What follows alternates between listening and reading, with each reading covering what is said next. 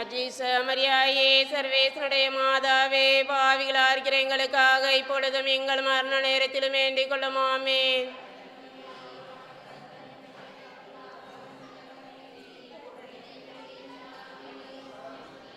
அஜீச மரியாயே சர்வேசனுடைய மாதாவே, பாவிகளாக இருக்கிற எங்களுக்காக இப்பொழுதும் எங்கள் மரண நேரத்திலும் வேண்டிக் கொள்ளும். ஆமென்.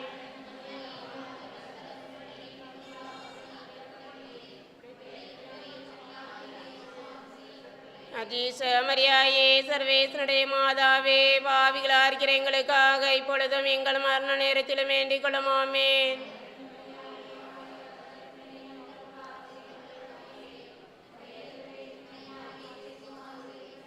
அஜீச மரியாயே சர்வேசனுடைய மாதாவே, பாவிகளாக இருக்கிற எங்களுக்காக இப்பொழுதும் எங்கள் மரண நேரத்திலும் வேண்டிக் கொள்ளும். ஆமென். ஆதியிலே இருந்தது போல இப்பொழுதும் எப்பொழுதும் என்னென்னும் இருப்பதாக. ஆமென். ஓ என் இயேசுவே, எங்கள் பாவங்களை மன்னியும், நரக நெருப்பின்றி எங்களை காப்பாற்றும். சகல ஆத்துமாக்களையும் சேசமாயும் இரக்கம் யார் யாருக்கு தேவைக்கிறார்களோ அவர்களை மோட்ச ராட்சத்துக்கு அழைத்தருளாம். கர்த்தர் பிறந்ததை தியானித்து மன தரித்திரம் என்கிற புண்ணியத்தை கேட்போமாக. பரலோகத்திலே இருக்கிற எங்கள் பிதாவே, உம்முடைய நாமம் வச்சிக்கப்படுவதாக, உம்முடைய ராட்சியம் வருக. உம்முடைய சித்தம் பரலோகத்திலே செய்யப்படுவது போல பூலோகத்திலும் செய்யப்படுவதாக.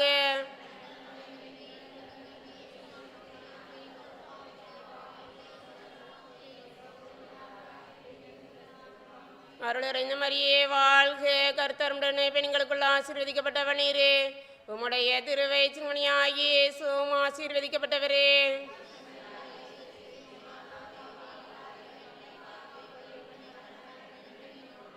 அருளிறைந்த மரியே வாழ்க, கர்த்தருடனே பெண்களுக்குள்ள ஆசீர்வதிக்கப்பட்டவர் நீரே. உம்முடைய திருவயிற்றின்கனியாகிய இயேசுவும் ஆசீர்வதிக்கப்பட்டவரே.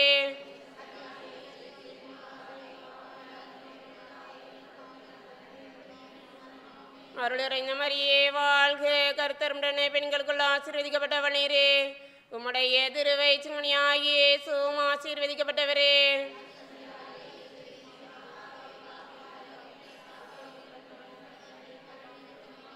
அருளிறைந்த மரியே வாழ்க, கர்த்தருடனே பெண்களுக்குள்ள ஆசீர்வதிக்கப்பட்டவர் நீரே. உம்முடைய திருவயிற்றின்கனியாகிய இயேசுவும் ஆசீர்வதிக்கப்பட்டவரே.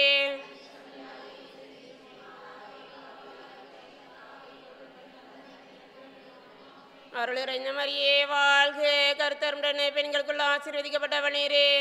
உம்முடைய திருவயிற்றின்கனியாகிய இயேசுவும் ஆசீர்வதிக்கப்பட்டவரே.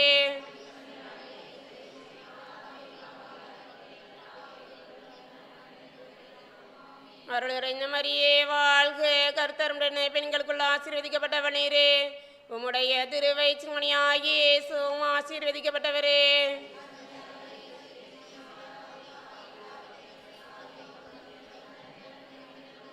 அருளிறைந்த மரியே வாழ்க, கர்த்தருடனே பெண்களுக்குள்ள ஆசீர்வதிக்கப்பட்டவர் நீரே. உம்முடைய திருவயிற்றின்கனியாகிய இயேசுவும் ஆசீர்வதிக்கப்பட்டவரே.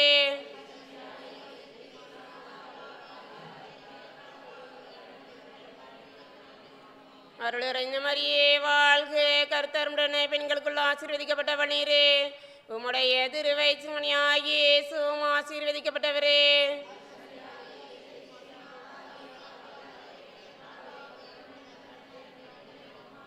அருளிறைந்த மரியே வாழ்க, கர்த்தருடனே பெண்களுக்குள்ள ஆசீர்வதிக்கப்பட்டவர் நீரே. உம்முடைய திருவயிற்றின்கனியாகிய இயேசுவும் ஆசீர்வதிக்கப்பட்டவரே.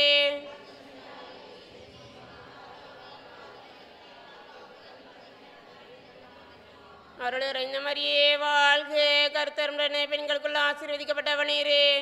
உம்முடைய திருவயிற்றின்கனியாகிய இயேசுவும் ஆசீர்வதிக்கப்பட்டவரே.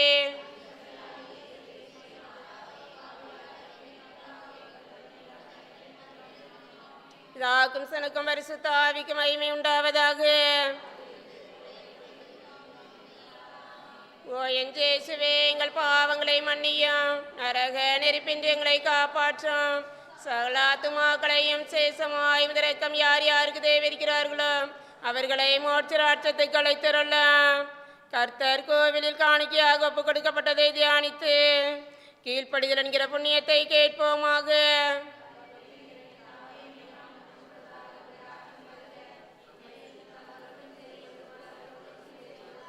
எங்கள் அனுதின உணவை எங்களுக்கு இன்று அளித்தருளும். எங்களுக்கு தீமை செய்தவர்களை நாங்கள் பொறுப்பது போல எங்கள் பாவங்களை பொறுத்தருளும். எங்களை சோதனையிலே விளைவிடாதேயும் தீமையிலே நின்று எங்களை ரட்சித்தருளும். ஆமென்.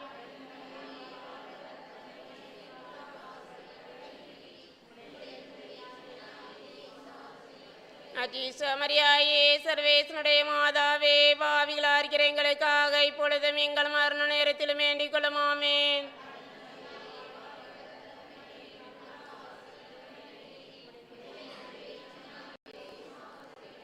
அஜீசமரியாயே சர்வேசனுடைய மாதாவே, பாவிகளாக இருக்கிற எங்களுக்காக இப்பொழுதும் எங்கள் மரண நேரத்திலும் வேண்டிக் கொள்ளும். ஆமென்.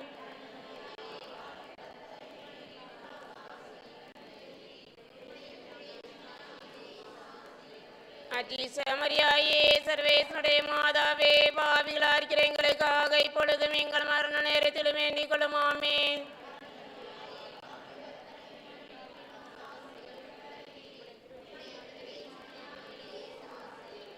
அஜீசமரியாயே சர்வேசனுடைய மாதாவே, பாவிகளாக இருக்கிற எங்களுக்காக இப்பொழுதும் எங்கள் மரண நேரத்திலும் வேண்டிக் கொள்ளும். ஆமென்.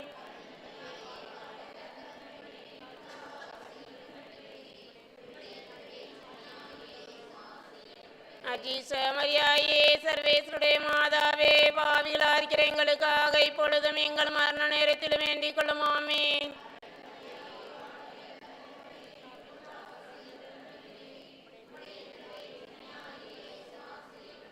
அஜீசமரியாயே சர்வேசனுடைய மாதாவே, பாவிகளாக இருக்கிற எங்களுக்காக இப்பொழுதும் எங்கள் மரண நேரத்திலும் வேண்டிக் கொள்ளும். ஆமென்.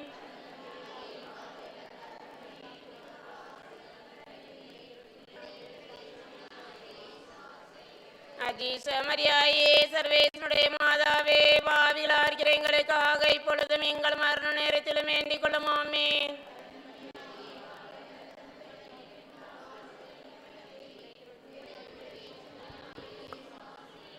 அஜீசமரியாயே சர்வேசனுடைய மாதாவே, பாவிகளாக இருக்கிற எங்களுக்காக இப்பொழுதும் எங்கள் மரண நேரத்திலும் வேண்டிக் கொள்ளும். ஆமென்.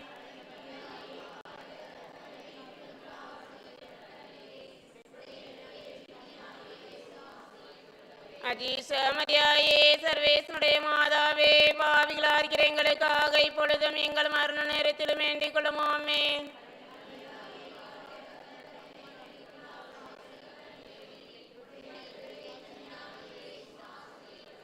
அஜீசமரியாயே சர்வேசனுடைய மாதாவே, பாவிகளாக இருக்கிற எங்களுக்காக இப்பொழுதும் எங்கள் மரண நேரத்திலும் வேண்டிக் கொள்ளும். ஆமென். ஆதியிலே இருந்தது போல இப்பொழுதும் எப்பொழுதும் என்னென்னும் இருப்பதாக. ஆமென். ஓ என் இயேசுவே, எங்கள் பாவங்களை மன்னியும், நரக நெருப்பின்றி எங்களை காப்பாற்றும். சகல ஆத்துமாக்களையும் சேசமாயும் இரக்கம் யார் யாருக்கு தேவையிருக்கிறார்களோ அவர்களை மோட்சராட்சத்துக்கு அழைத்தருளும். 12 வயதில் காணாமல் போன கர்த்தரை தேவாலயத்தில் கண்டு கொண்டதை தியானித்து சர்வேசனுடைய சித்தத்தை தேடும் வரத்தை கேட்போமாக.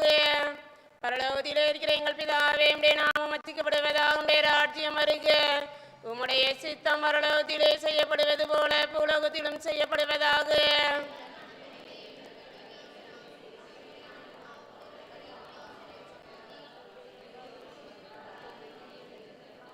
அருளிறைந்த மரியே வாழ்க, கர்த்தர் உடனே பெண்களுக்குள் ஆசீர்வதிக்கப்பட்டவள் நீரே. உம்முடைய திருவயிற்றுமணியாகிய இயேசுவும் ஆசீர்வதிக்கப்பட்டவரே.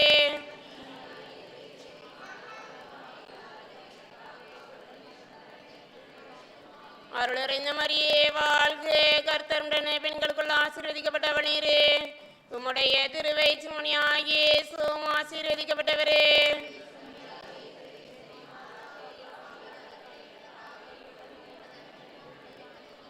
அருளிறைந்த மரியே வாழ்க, கர்த்தர் உடனே பெண்களுக்குள் ஆசீர்வதிக்கப்பட்டவள் நீரே. உம்முடைய திருவயிற்றுமணியாகிய இயேசுவும் ஆசீர்வதிக்கப்பட்டவரே.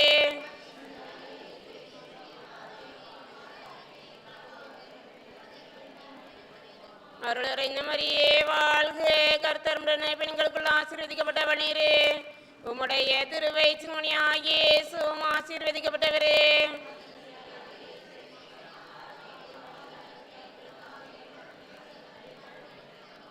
அருளிறைந்த மரியே வாழ்க, கர்த்தர் உடனே பெண்களுக்குள் ஆசீர்வதிக்கப்பட்டவள் நீரே. உம்முடைய திருவயிற்றுமணியாகிய இயேசுவும் ஆசீர்வதிக்கப்பட்டவரே.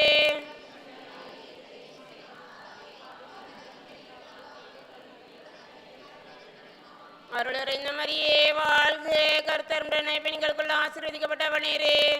உம்முடைய திருவயிற்றின் இயேசுவும் ஆசீர்வதிக்கப்பட்டவரே.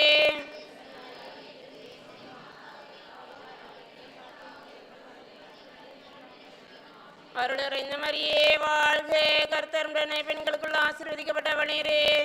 உம்முடைய திருவயிற்றின் இயேசுவும் ஆசீர்வதிக்கப்பட்டவரே.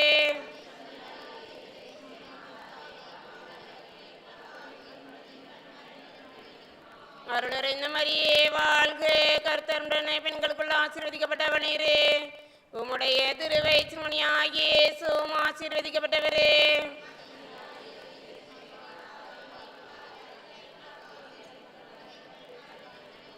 அருளறிந்த மரியே வாழ்க, கர்த்தருடனே பெண்களுக்குள் ஆசீர்வதிக்கப்பட்டவனீரே.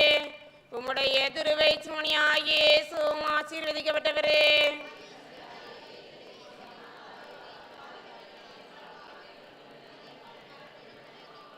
அருளறிந்த மரியே வாழ்க, கர்த்தருடனே பெண்களுக்குள் ஆசீர்வதிக்கப்பட்டவனீரே. உம்முடைய திருவயிற்றின் இயேசுவும் ஆசீர்வதிக்கப்பட்டவரே.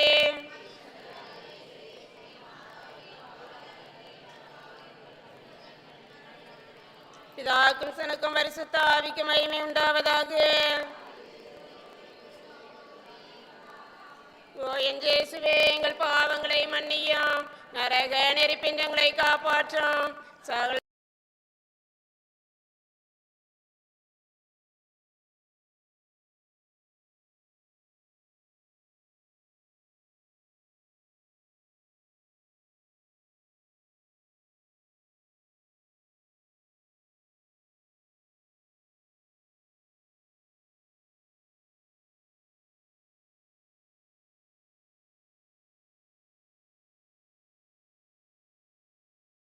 பாதத்திலே பாத காணிக்கையாக வைக்க உங்களை பிரார்த்தித்துக் கொள்கிறோம். பரலோகத்தில் இருக்கிற எங்கள் பிதாவே, உம்முடைய நாமம் அச்சிக்கப்படுவதாக, உம்முடைய ராட்சியம் வருக. உம்முடைய சித்தம் பரலோகத்திலே செய்யப்படுவது போல பூலோகத்திலும் செய்யப்படுவதாக.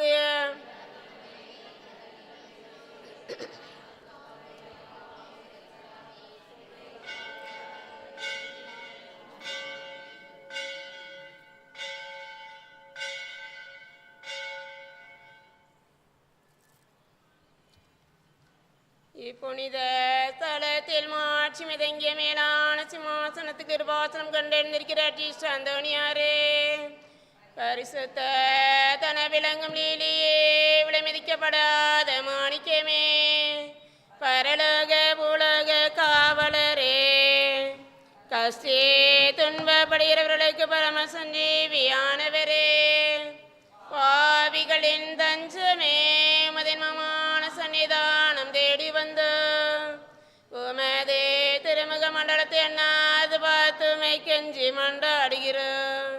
மகா சிரவணம் வருந்திய டீஸ்ட் அந்தோணியாரே, சூரத்தனமுள்ள மேய்ப்பரே, பசாசுகளை மிரட்டி ஓட்டுபவரே, திருச்சபையின் கருணையின் கண்ணாடியானவரே, இவ்வுலகில் எங்கள் ஆதரவு நீரல்லவோ, எங்கள் தஞ்சமும் நீரல்லவோ, எங்கள் சந்தோஷம் நம்பிக்கையும் பாக்கியமும் நீரல்லவோ. நீர் எங்கள் ஞான தந்தை என்பதை எங்களுக்கு காண்பியும். பிள்ளைகள் செய்த குற்றங்களை எல்லாம் பிதா மாதாக்கள் பாராட்டுவார்களோ. உம்மை தேடி வந்த நிற்பாக்கியத்தின் பேரில் தயவாயிரும். அழுகின்ற பேர்களை அரவணையும், அல்லல் படுகிறவர்களுக்கு ஆறுதலாக வாரும். நீர் இறங்காவிட்டால் எங்களுக்கு வேறு யார் இறங்குவார்? நீர் ஆதரியாவிட்டால் எங்களை வேறு யார் ஆதரிப்பார்? நீர் நினையாவிட்டால் எங்களை வேறு யார் நினைப்பார்? நீர் உதவாவிட்டால் எங்களுக்கு வேறு யார் உதவுவார்? தஞ்சமென்றே ஓடி வந்தோம் அடியோர்கள் பேரில் தயவாயிரு.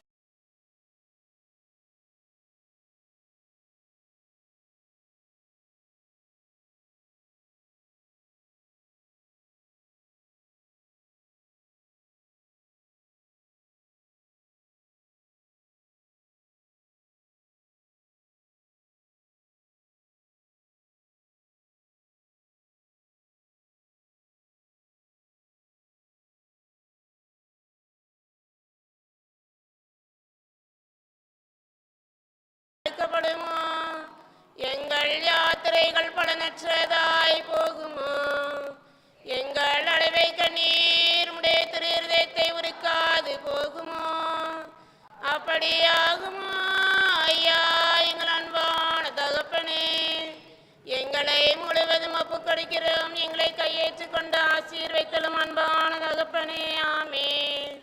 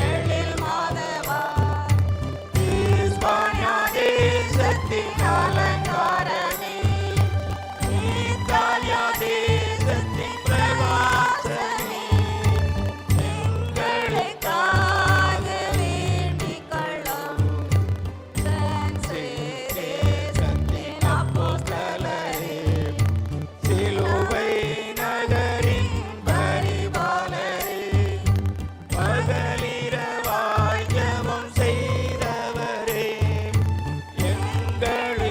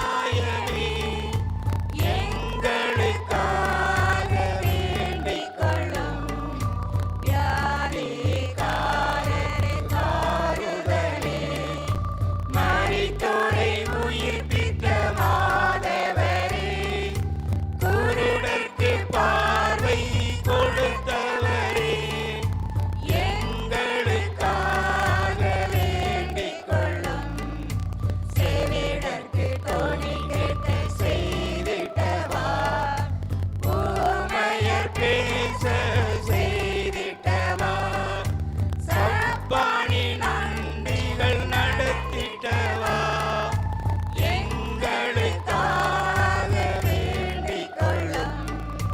காணா பொருள் காண செய்தவரே, கசட இதயத்தை அறிந்தவரே, சம்மனசே கிணையானவரே, எங்களுக்காக வேண்டிக் கொள்ளும்.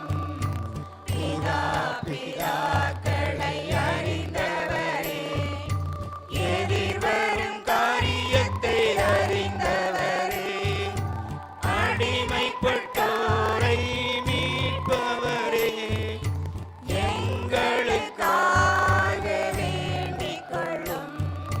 பாவிகளுக்கு வெளிச்சமே, வழி தப்பிப் போவோரின் அடைக்கலமே, அப்போஸ்தலர்களின் சாயலே, எங்களுக்காக வேண்டிக் கொள்ளும்.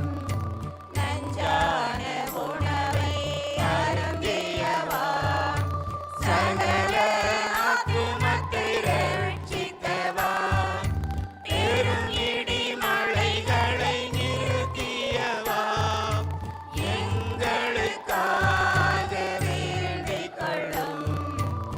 ஐம்பொலன் வென்ற சபை மாணிக்கமே, நன்னாக்கு அழியாத மாமுனியே, 13 புதுமைகள் செய்தவரே, எங்களுக்காக வேண்டிக் கொள்ளும்.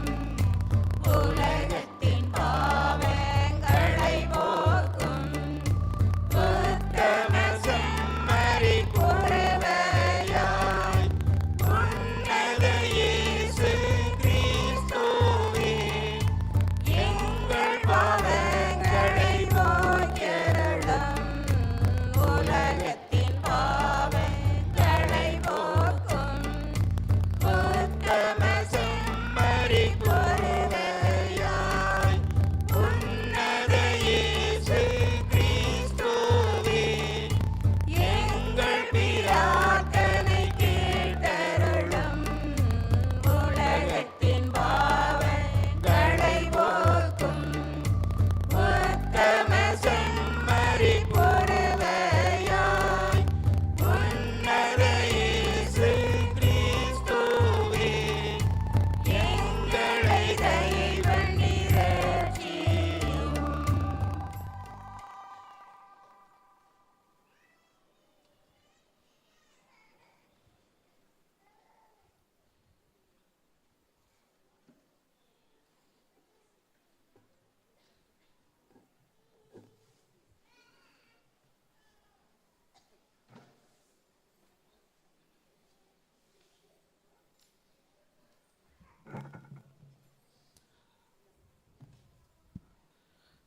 அனைவரும் இறை வார்த்தைக்கு செவிமடுக்க எழுந்து நிற்போம்.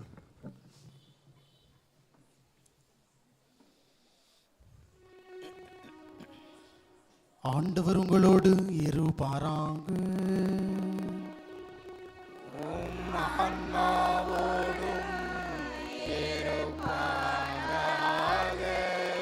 லூக்கா எழுதிய தூய நற்செய்தியிலிருந்து வாசகம்.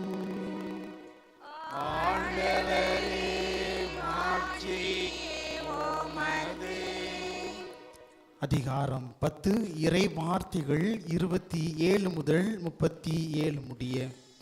லூக்கா எழுதிய தூய நற்செய்தி அதிகாரம் 10, இறை வார்த்தைகள் 27 முதல் 37 முடிய.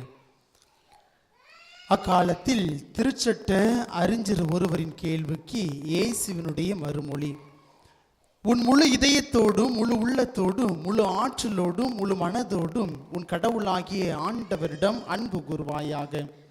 உன் மீது நீ அன்பு கூறுவது போல் உனக்கு அடுத்திருப்போர் மீதும் அன்பு கூர்வாயாக என்று எழுதியுள்ளது என்றார். இயேசு சரியாய் சொன்னீர், அப்படியே செய்யும், அப்பொழுது வாழ்வீர் என்றார். அவர் தம்மை நேர்மையாளர் என காட்ட விரும்பி, எனக்கு அடுத்திருப்பவர் யார் என்று இயேசுவிடம் கேட்டார். அதற்கு அவர் மறுமொழியாக கூறிய உமை, ஒருவர் எருசலேமிலிருந்து எரிகோவுக்கு போகும்போது கள்வர் கையில் அகப்பட்டார். அவருடைய ஆடைகளை அவர்கள் உரிந்து கொண்டு அவரை அடித்து குற்றுயிராக விட்டு போனார்கள். குரு ஒருவர் தற்செயலாய் அவ்வழியே வந்தார். அவர் அவரை கண்டதும் மறுபக்கமாக விலகி சென்றார். அவ்வாறே லேவியர் ஒருவரும் அவ்விடத்துக்கு வந்து அவரை கண்டதும் மறுபக்கமாய் விலகி சென்றார். ஆனால் அவ்வழியே பயணம் செய்து கொண்டிருந்த சமாரியர் ஒருவர் அருகில் வந்து அவரை கண்டபோது அவர் மீது பரிவு கொண்டார். அவர் அவரை அணுகி காயங்களில் திராட்சை மதுவும் எண்ணெயும் வார்த்து அவற்றை கட்டி தாம் பயணம் செய்த விலங்கின் மீது ஏற்றி ஒரு சாவடிக்கு கொண்டு போய் அவரை கவனித்து கொண்டார். மறுநாள் 2 தெனாரியத்தை எடுத்து சாவடி பொறுப்பாளரிடம் கொடுத்து, இவரை கவனித்துக் கொள்ளும், இதற்கு மேல் செலவானால் நான் திரும்பி வரும்பொழுது உமக்கு தருவேன் என்றார். கள்வர் கையில் அகப்பட்டவருக்கு இம்மூவருள் எவர் அடுத்திருப்பவர் என உமக்கு தோன்றுகிறது என்று இயேசு கேட்டார். அதற்கு திருச்சட்ட அறிஞர், அவருக்கு இரக்கம் காட்டியவரே என்றார். இயேசு, நீரும் போய் அப்படியே செய்யும் என்று கூறினார். ஆண்டவரின் அருள்வாக்கு. கிறிஸ்துவே உமக்கு புகழ்.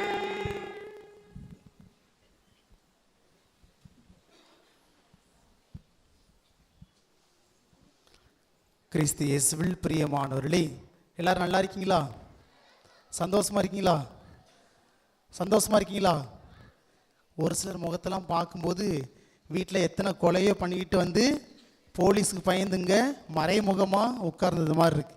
ஒரு சிலர்லாம் பார்க்கும்போது இன்னைக்கு நகை கடையில் போய் திருவிழாவுக்கு 50 பவுன் வாங்கி வீட்டில் வச்சு அந்த ஜாலியாக இருக்கிற மாதிரி இருக்கு. திரும்பவும் கேட்குறேன், சரியா? எல்லாரும் சந்தோஷமா இருக்கீங்களா? Very good. அந்தோனியார் பிள்ளைங்க அப்படின்னா எப்போவுமே சந்தோஷமா இருக்கும். 24x7 மகிழ்ச்சியாக இருக்கக்கூடியவங்க தான் அந்தோனியாருடைய பிள்ளைங்க, சரியா? அன்பு மக்களே, நம்முடைய பாதுகாவலருடைய திருவிழாவை கொண்டாடுவதற்காக இன்னைக்கு எத்தனாம் திருவிழா? 7 8 7ஆம் திருவிழா நவ நாளாக இந்த நாளிலே நாம் சிறப்பித்துக் கொண்டிருக்கின்றோம். உங்களெல்லாம் பார்க்கின்ற பொழுது எனக்கு மிக்க மகிழ்ச்சியாக இருக்கின்றது. நான் பிரசங்கத்துக்கு என்ன சொல்லலாம்னு நினச்சிட்டு ஒரு தீமோட வந்தேன். உங்களை பார்த்தோன்னே மகிழ்ச்சியில் எல்லாமே மறந்து போச்சு. இதே மாதிரி ஒரு ஊரில் திருவிழா கொண்டாடினாங்க. அப்போ 9ஆம் திருவிழாக்கு என்ன ஸ்பெஷல்? சாயங்காலம் போனோமே வழிபாடு, வெஸ்பிரஸ் மாலை ஆராதனை. திருவிழா முடிஞ்சு மாலை ஆராதனை முடிஞ்சு ஒரு சைட்லாம் குட்டீஸ் வண்டுகள்லாம் இருக்கிறாங்கல்ல, நம்ம குட்டீஸ்லாம் அப்படியே பார்த்து பேசி சிரிச்சுட்டே இருக்கிறாங்க. nowadays I don't like this kind of dressment, what is this அப்படின்னு ஏதோ ஒரு மொட்டை கான்வென்ட் ஸ்கூலில் படித்து இங்கிலீஷில் அவங்கள பேசி அப்படி மகிழ்ந்துட்டே இருக்கிறாங்க சின்ன பிள்ளைங்களாம் ஒரு சைடு. இன்னொரு புறம் பார்த்தோம் அப்படின்னா வாலி பசங்க ஆலயத்தினுடைய முன்வாசலும் பின்வாசலும் நகத்தை கடிச்சிட்டு அங்கேயும் ஓடிக்கிட்டே இருக்காங்க. ச்சே, மொக்க ஃபிகர்லாம் கோவிலுக்கு வந்துட்டு ஏன் ஃபிகர் இன்னும் காணுமாடா அப்படின்னு ஆலயத்தினுடைய முன்வாசல் பின்வாசலும் நகத்தை கடிச்சுக்கிட்டு ஓடிட்டே இருக்கிறான் நம்ம அண்ணன்மாரு ஒரு பக்கத்தில். இன்னொரு பக்கம் பார்த்தோம் அப்படின்னா நம்முடைய தாய்மார் என்ன ஒரு நகையை வாங்கி அனுப்பி விட்டுருக்கான் என் பையன். நான் அழகா செம்பருத்தி சீரியலில் வர்ற அகிலாண்டேஸ்வரி மாதிரி நல்ல அழகான சுட்டியை வாங்கி அனுப்புடான்னு சொன்னேன், அனுப்பியிருக்கான் பாரு. பார்வதி மாதிரி ஒரு பாலடைஞ்ச ஒரு நகையை வாங்கி அனுப்பியிருக்கான். ஃபாரின்ல வேலை பார்க்கணும், இதுக்கு தான் அங்கே வேலை பார்க்கணும் என்று தாய்மார்கள் எல்லாம் ஒரு ஓரத்திலே பேசி மகிழ்ந்து கொண்டிருந்தார்கள். இன்னொரு புறம் பார்க்கும் பொழுது நம்முடைய தந்தையர்கள் கொஞ்சம் போட்டுக்கிட்டு அப்படி 4 காலில் ஊரின் எல்கையிலிருந்து கோவிலை நோக்கி நடந்து வராங்க. எவன்டா திருவிழா நடத்துறது, ஒரு கொட்டையும் காணும் குழலையும் காணும் அப்படின்னு கோவில் நோக்கி 4 காலில் நடந்து வராங்க. பங்கு ஃபாதர் என்ன பண்றாரு, பீடத்தில் இருக்கக்கூடிய பீட சிறார்களோடு சேர்ந்து சப்பரத்தை மந்திரிக்க போறாரு. சப்பரத்திலேயே பார்க்குறாரு அந்தோனியாரை காணும்.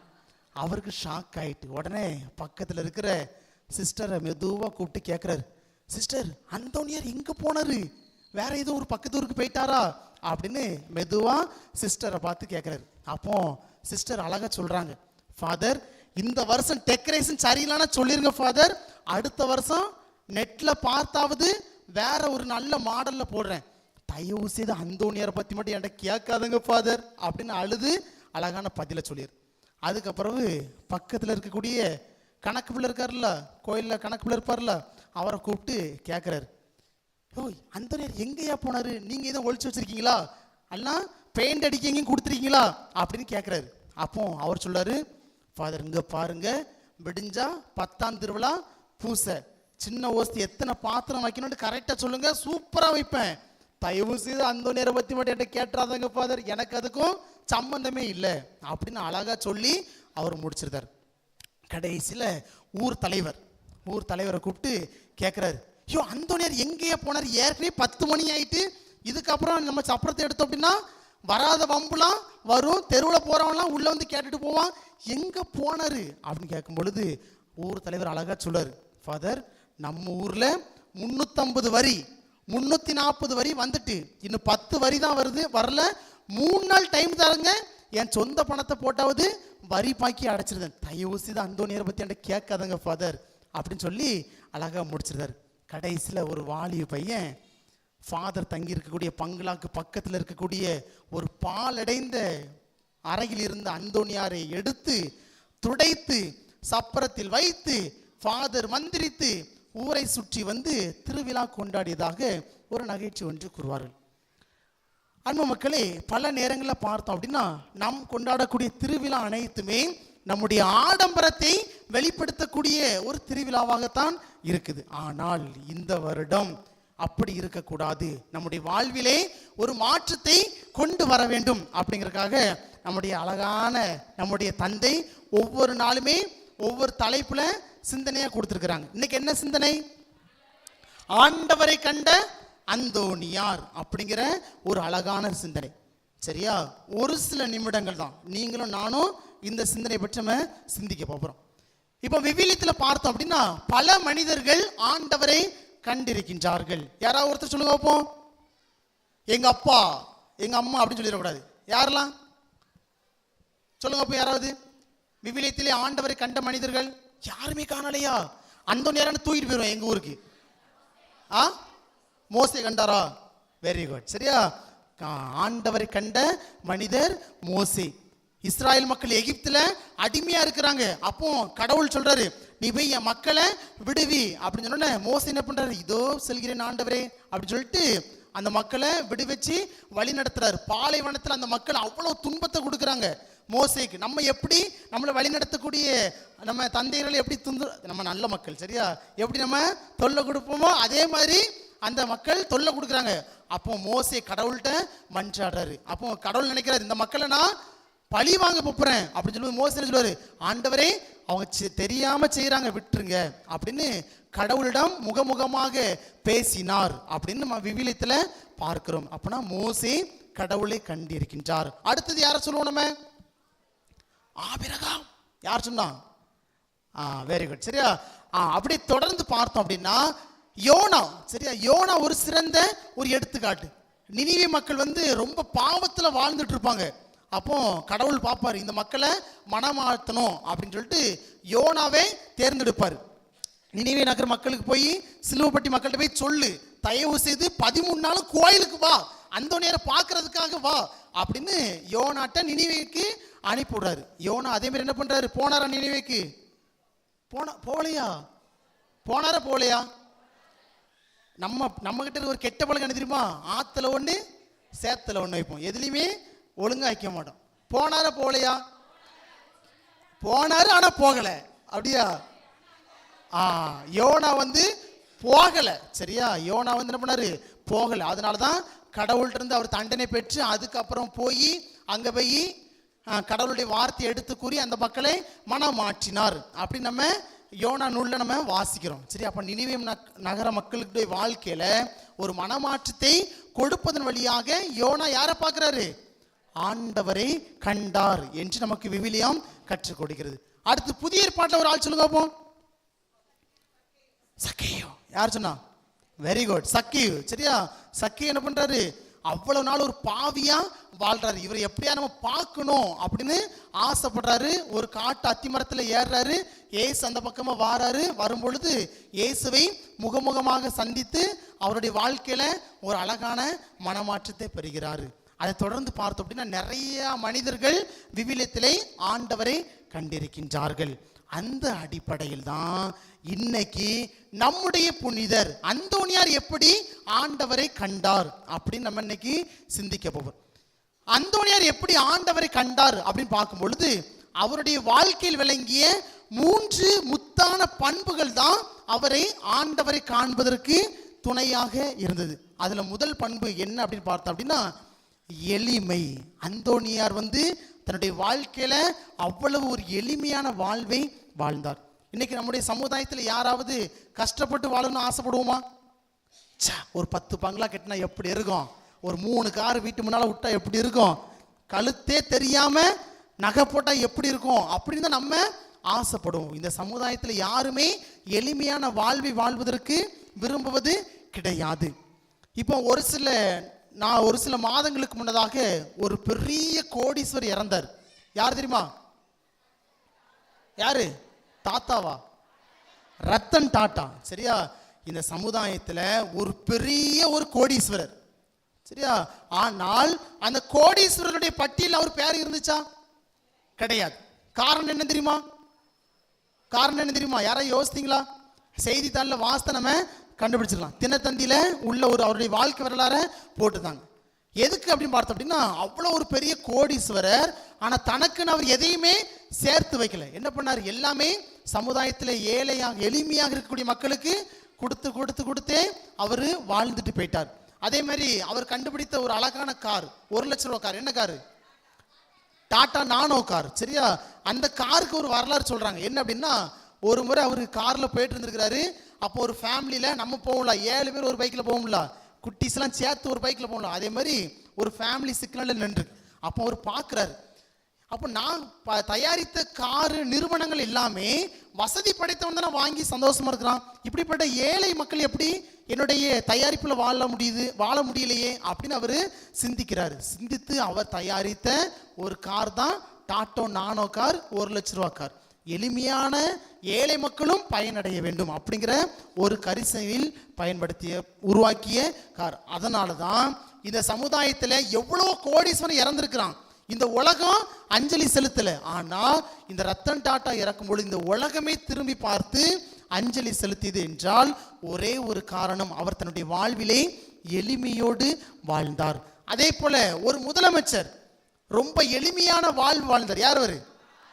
காமராஜர். எத்தனை ட்ரெஸ் அவர் வச்சிருந்தா தெரியுமா? 2 ட்ரெஸ் தான் தன்னுடைய வாழ்க்கையில அவர் வைத்து அந்த அழகான பதவியை நடத்தினார். அதனாலதான் இன்னைக்கு எளிமையின் கடவுள் அப்படின்னு காமராஜரை நம்ம போற்றுறோம். இப்படி ஒரு சில மனிதர்கள் எளிமையோடு வாழ்ந்திருக்கின்றார்கள். ஆனால் நாம் எளிமையோடு வாழ்கிறோமா? நம்முடைய பாதுகாவலர் புனித அந்தோனியார் கடவுளை கண்டார் என்றால் அவர் தன்னுடைய வாழ்க்கையிலே எளிமையோடு வாழ்ந்தார். எந்த அளவுக்கு அப்படின்னு பார்த்தோம் அப்படின்னா ஒரு முறை ஒரு ரிமினி அப்படிங்கிற ஒரு நகருக்கு மறையுரை ஆற்றுவதற்காக அவர் போறார். அதுக்கு முன்னால பல புதுமைகளை அந்தோனியார் செய்திருக்கிறார்.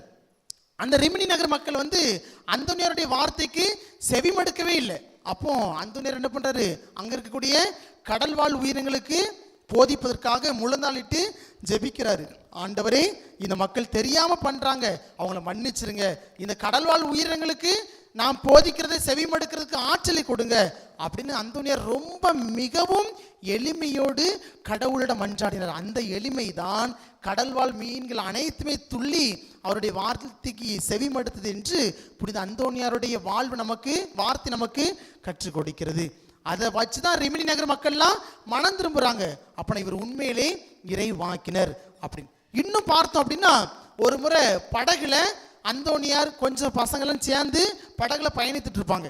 அப்போ ஒரு வாலிபையன் தவறி கடல்ல விழுந்துருவான். ஆனா அந்த வாலிபையன் தான் அந்தோனியாரை பற்றி தவறுதலாக போதித்த ஒரு வாலிபையன். அப்போ அவன் கடல்ல தவறி விழுந்து இறந்துடுவான். அப்போ அந்தோனியார்ட்ட கேட்பாங்க, எப்படியாவது இவனுக்கு ஒரு உயிர் பிச்சை கொடுங்க அப்படின்னு. அந்தோனியார் அப்பொழுதும் கூட கடவுளிடம் முழந்தாளிட்டு அந்த வாலிபனுக்காக பரிந்து பேசுகின்றார். இவன் செய்வது தெரியாமல் செய்து விட்டான், இவனுக்கு ஒரு புது வாழ்வை கொடும் என்று தன்னை முழுமையாக எளிமையான ஒரு தாழ்வு நிலைக்கு கொண்டு போய் அந்த வாலிபனுக்காக பரிந்து பேசியதனால்தான் அந்த வாலிபன் உயிர் பெற்று எழுந்தான். இது அந்தோனியாருடைய வாழ்வில் நடந்த ஒரு புதுமையாக இருக்கிறது. இன்னைக்கு நாம் வாசிக்கப்பட்ட அந்த பகுதியும் கூட இயேசுனுடைய மலைப்பொழிவில் கூட நாம் வாசிக்கிறோம். எளிமையான உள்ளத்தோர் பேறு பெற்றோர் அப்படின்னு நம்ம வாசிக்கிறோம். காரணம், இயேசு விரும்பக்கூடிய, யாரை இயேசு விரும்புறாரு? எளிமையான வாழ்க்கை வாழக்கூடிய மனிதர்கள் தான். ஒரு சில நாட்களுக்கு முன்னதாக நம்ம கிறிஸ்மஸ் விழா கொண்டாடணும். அப்போ இங்க என்ன வச்சிருந்திருப்போம்? மாட்டு தொழுவத்தை நம்ம வச்சிருப்போம். அது 25ஆம் தேதி மட்டும்தான் மாட்டு தொழுவத்தை உள்ள வைப்போம். அதுக்கு ஒரு மாட்டு தொழுவம் எங்க கிடக்கும்? ஊருக்கு வெளியில கிடக்கும். ஆனால் இயேசு அதை தான் தேர்வு செய்கின்றார். காரணம், எளிமை, எளிமையினுடைய ஒரு மறுபிறப்பு. அதே போல இயேசு பிறந்த உடனே யாருக்கு காட்சி கொடுக்கப்பட்டது? யாருக்கு காட்சி கொடுக்கப்படுது? இடையர்கள், எளிமையான வாழ்க்கை வாழ்ந்த இடையர்களுக்கு தான் இயேசு பிறந்த அந்த முதல் காட்சி கொடுக்கப்பட்டது. அப்படி என்றால் யாரெல்லாம் எளிமையான வாழ்க்கை வாழுகின்றோமோ அவர்கள் ஆண்டவரை கண்டு கொள்ள முடியும் அப்படிங்கிற முதல் பாடம் இன்னைக்கு நம்ம யோசித்து பார்க்கிறோம்.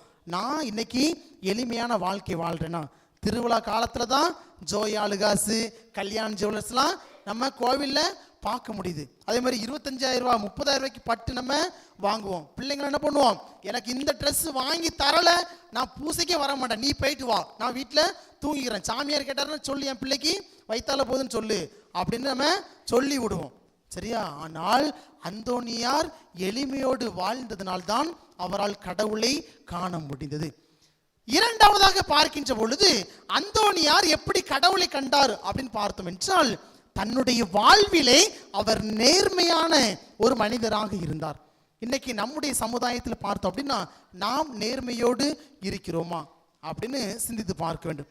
ஒரு சில வருடங்களுக்கு முன்னதாக ஒரு நீதிபதி ஒரு தலைவருக்கு எதிராக உண்மையான நீதியை வெளிப்படுத்தினார். யார் அவரு? சொல்றவங்களுக்கு மொபைல் பரிசா கொடுத்துடலாம். சரியா? சொல்றவங்களுக்கு மொபைல் பரிசா கொடுத்துடலாம். நான் மொபைல் வேணா இதுல வச்சிருந்தேன், சொல்லிட்டு வந்து எடுத்துட்டு போயிடலாம். சொல்லுங்க பாப்போம். ஒரு சில ஆண்டுகளுக்கு முன்னதாக ஒரு தலைவருக்கு எதிராக ஒருத்தர் உண்மையான நீதியை சொன்னார். ஒரு நீதிபதி. யார் அவர்? ஹார்ட்வேரா? யாரு? சொல்றவங்களுக்கு பரிசு கொடுத்துடலாம். சரியா? மொபைலை நான் இங்கே வச்சிருந்தேன் அப்பா. சரியா? மொபைல் இங்கே வைக்கப்பட்டது சொல்லிட்டு பரிசாக எடுத்துட்டு போயிடலாம். சொல்லுங்க யாரு? போனை இப்படி தடவிக்கிட்டே இருக்கக்கூடாது எப்பவுமே. சரியா? அதே மாதிரி கொஞ்சம் செய்திகளையும் வாசிக்கணும். எங்க ஊரை சுத்தி என்ன நடக்கு, அட்லீஸ்ட் உங்க சிலுவைப்பட்டி சுத்தி என்னென்ன நடக்கு சமுதாயத்துல, நம்ம மாநிலத்தை சுத்தி என்னெல்லாம் நடக்குது, சரியா, நம்ம மாவட்டத்தை சுத்தி என்னெல்லாம் நடக்குது அப்படி நம்ம கொஞ்சமாவது தெரிஞ்சுக்கிடணும். 5:30 ஆயிட்டா போடுற சன் டிவியை, 8 மணி ஆயிட்டா போடு விஜய் டிவியை, அப்படி வாயை பிளந்துட்டு நம்ம இருக்கக்கூடாது. சரியா மக்களே? அதனால இனி வரக்கூடிய நாட்கள்ல கொஞ்சம் செய்தித்தாள் நம்ம வாசிக்கணும். யார் அவர் பார்த்தோம் அப்படின்னா, மைக்கேல் குன்கா அப்படின்னு ஒரு மனிதர்.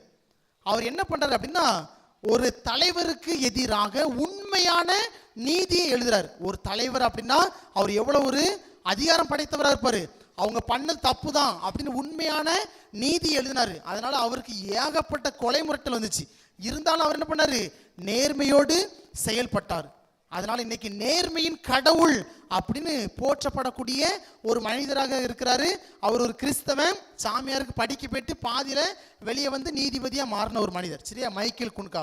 நான் போய் சொல்றேன்னா எழுதி வச்சுட்டு வீட்டில் போய் நெட்ல போய் டைப் பண்ணி பாருங்க. சரியா? ரைட். அதே மாதிரி இன்னொரு மனிதர், ஒரு மாவட்ட ஆட்சியர். அது எல்லாருக்கும் தெரியும். ஒரு மாவட்ட ஆட்சியர், நேர்மைக்கு சகாயம் IAS, திருச்சியை சார்ந்தவர். அவரும் ஒரு கத்தோலிக்க மனிதர். அவர் சொல்றார் தன்னுடைய வாழ்க்கையில, நான் 20 ஆண்டு பணி வாழ்க்கையில 21 இடங்களுக்கு பணியிட மாற்றம் செய்யப்பட்டேன் அப்படின்னு சொல்றாரு. காரணம் என்ன?